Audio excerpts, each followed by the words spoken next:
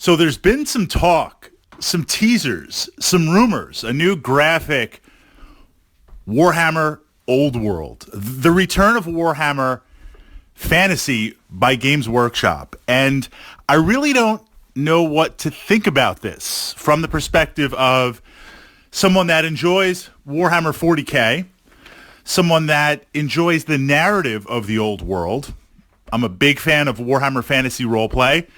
I did play towards the end of Warhammer Fantasy before Games Workshop completely blew everything up. I had, and I still have, I never converted it to Age of Sigmar, which might be a good thing, a massive, massive, massive goblin army. And I was jumping in more and more. I was going to look at Bretonnians, and then they blew everything up, which I found very interesting from a Games Workshop perspective, where they did blow up the entire world. They did destroy the IP rather than doing a rules reboot or exploring some of the different options.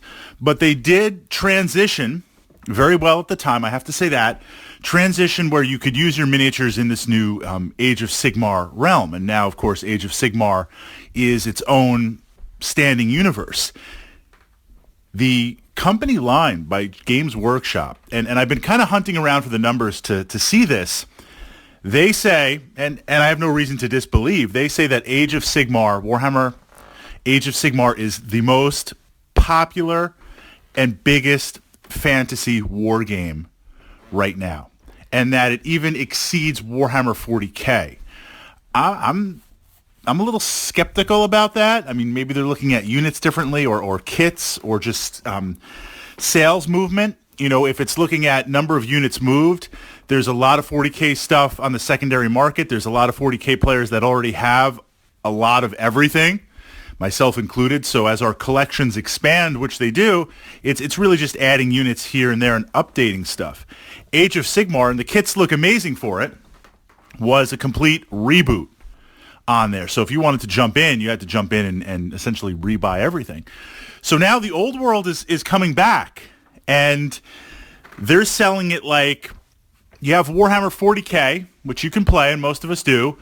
But if you want to jump into 30K and Horus Heresy, it's like this subset. And while the product line is not as massive, although Forge World does support that play, it's solid enough that you could exist in that gaming universe on there.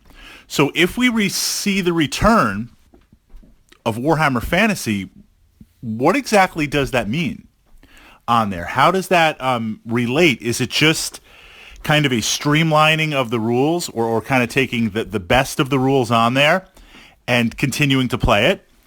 Or is it going to be an entirely new game mechanic? I don't know. Is it going to be like Age of Sigmar toned down, but it's going to have the old world narrative injected into it?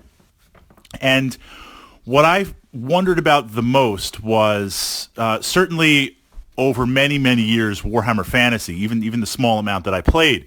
But I had a number of friends that have played it for as long as I've been playing 40K. It's very much an evolution of its time. You know, rank and file, mass and move, D6-based war game. Hello, 1980s. Nothing wrong with that. But it was never able to really evolve or break from it. And you had Storm of Magic. You had other little kind of side interjections into it. But essentially, it was moving around lots of models, deciding for a moments of battle, rolling dice, and your army breaks. From what I saw, and I could be wrong, those of you who have played and continue to play much longer than I have, but even with my Goblin army, and I had things locked down with morale on there, you spent more time setting up than actually playing. But it looked fantastic on the table. And that's before we even got into the price of entry for it. 40K, 1-to-1. One miniature represents one miniature on the table. My DBA Romans, I've got 5 little Roman dudes on a stand. That represents an element in the army. You know, how big that element is depends on the time period or what we're playing. But my entire army literally fits in a shoebox. Compared to 40K, it's 1-to-1. So you have Warhammer Fantasy 1-to-1. You would have hundreds and hundreds of miniatures. You've got to build, you've got to buy, you've got to paint. That's great for Games Workshop, but I think the game got too big to be supported, and it wasn't getting enough new blood into it. But what an amazing universe. The narrative, I love the idea of magic being very, very rare, very, very corrupting. I love the various factions in there. I would say from a narrative perspective, and if you've been following my channel, you know I love D&D. AD&D has a massive place in my gaming persona and my gaming DNA, but I find the old world to be more compelling than D&D. I find the narrative to be much better than D&D. And even if we take the height of D&D, the Forgotten Realms. So it was just weird that they would blow it up and destroy it. So now they're bringing it back. Was that the intention all along? Or is it the type of thing, look, you've already got a good IP, you own that IP, and you're doing the lockdown on the IP to make sure it's not used, so we might as well spin it off and do like a 30K, Warhammer 30K Horus Heresy, and maybe release some boxed sets, maybe have some play in there. That's something that I could see myself getting into. That's something that I could see if it's a little bit compelling to try to contain that old world. Because the thing that gets me with Age of Sigmar right now, and I haven't seen 40K moving to this model yet, and from the perspective of extracting cash from its fanboys, Games Workshop would be wise to move it in this model. The idea of seasons, right? The idea with Age of Sigmar, you've got the core stuff, but they're releasing new factions, they're releasing new models on such a constantly streaming basis. You're literally buying and rebuying every year on there. And the production quality of the kits is amazing. I mean, there's no doubt on that. You're not just getting like a rehash or a rebranding on there. These are new models. These are new stuff, and they're very exciting. They're very excitable on there.